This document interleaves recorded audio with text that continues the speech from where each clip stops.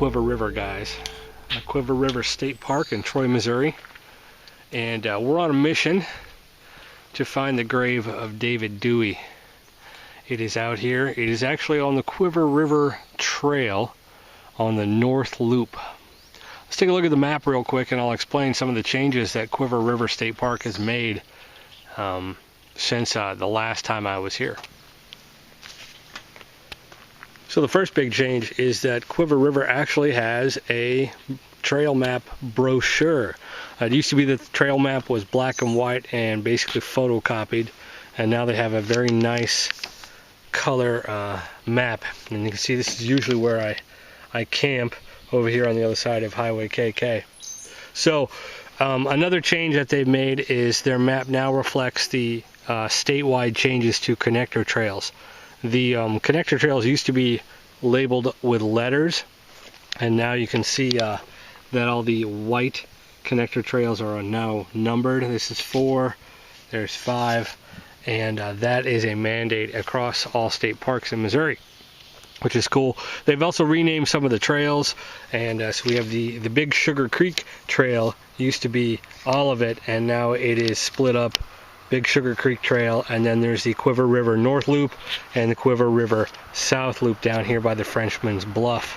We're going to be hiking on the North Loop, and we're going to be checking out a couple backpacking sites along the way, and we're going to see if we can't find David Dewey's grave. Alright, so I mentioned we're out at Cuivre River and we're looking for this grave site. Now I heard about this from a subscriber by the name of Mark Whelan.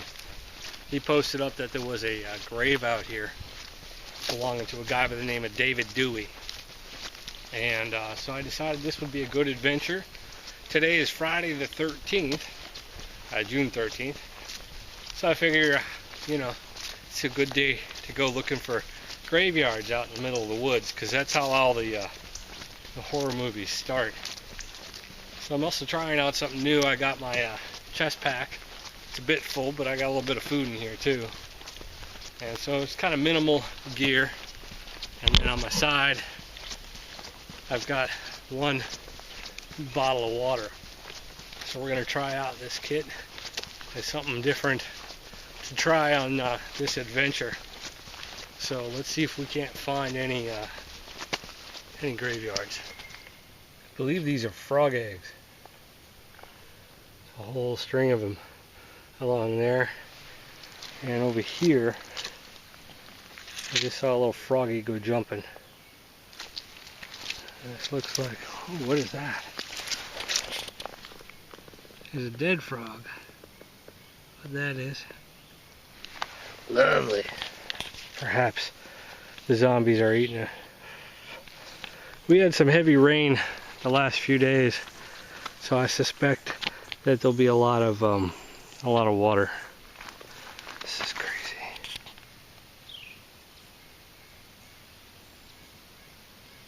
Shield bug, but I don't know if you can see if it's focusing. There's all these looks like little egg pods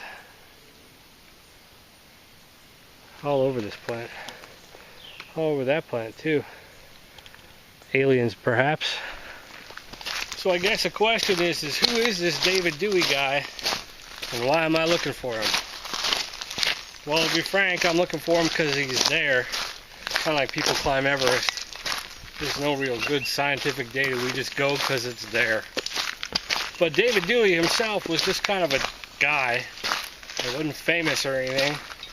He was born in 1810 in a place called Nestle Road, West Virginia. And he died out here in Troy in 1858, December, just after Christmas. Now his parents gave him up to a childless couple when he was really young. And they moved to St. Louis when he was 6, and he was one of just another boy who spoke English. And so eventually he moved out towards Troy. He got married, and he had 9 kids. He had 8 boys and 1 girl, so it must have been an interesting time in his household. But he didn't live very long. I mean, I guess by today's standards, maybe back then it was pretty decent. And he was buried in his family plot, which is now in Cuivre River State Park. And that's the plot that we're looking for as we head on down the North Cuivre River Loop. Here's the cutoff for the Big Sugar Creek Trail, which is the blue blazes, and the Cuivre River North Loop, which is orange. And you can see connector number 5. So the connector continues on that way, and we're going to go this way. But you can see there's a number 19 up here. I wonder if that's an old marking from before they got their stuff together. We're going to move in on a little bit more of a single track type trail and head up to this backpacking campground. Now, one thing about David Dewey that I did read was he was pretty loyal. When his foster father died, he moved with his foster mother out to Troy. They left St. Louis, and he stayed with her until she died. He lived with her. He also was pretty active in getting the Christian church organized in the Troy area. You got to keep in mind that when he moved here, this area was, you know, pretty much kind of frontier. So, as opposed to what it is now. And so when he got married, he stayed with his wife until he died at 47. And he died somewhere down in Texas.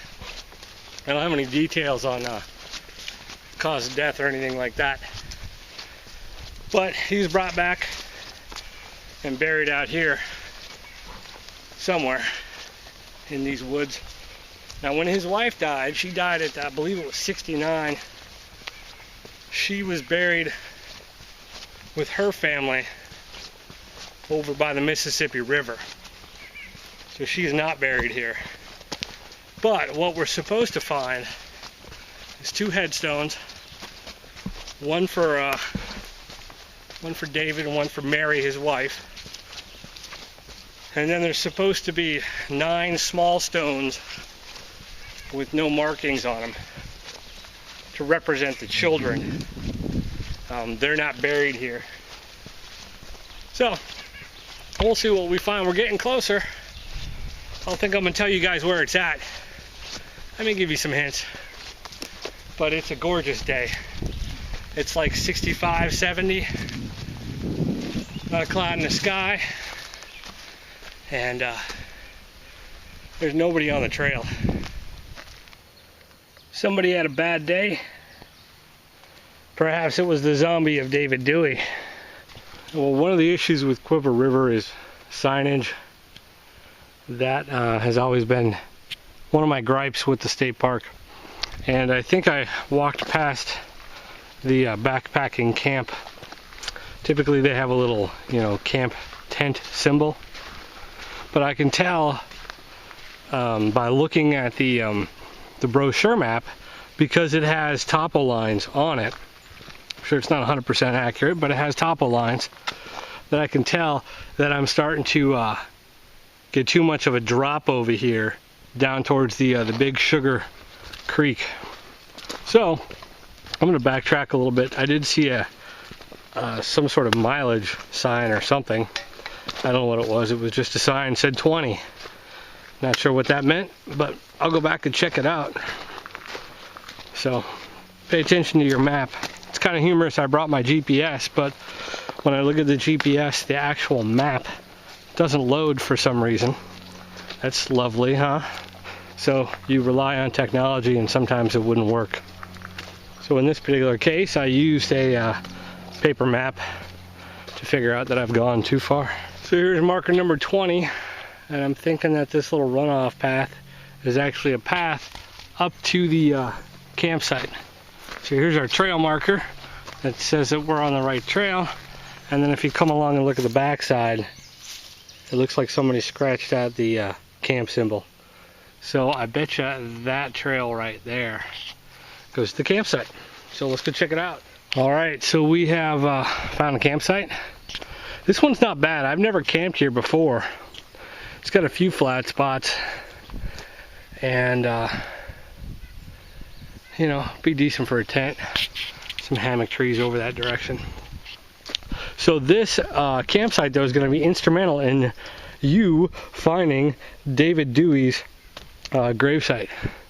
So let me show you where we're at on the map. So you can see on the map, this is the backpack campsite that we're on. I parked up here at the trailhead off of Lincoln Hills Road, and we're on the northern loop. There's two backpack campsites. There's this one, and there's this one. So this one right here, you're going to want to find that one, and you're going to want to go south, which I'm pretty sure is probably going to be down that direction. Looks like there's a little trail, so let's go check that out.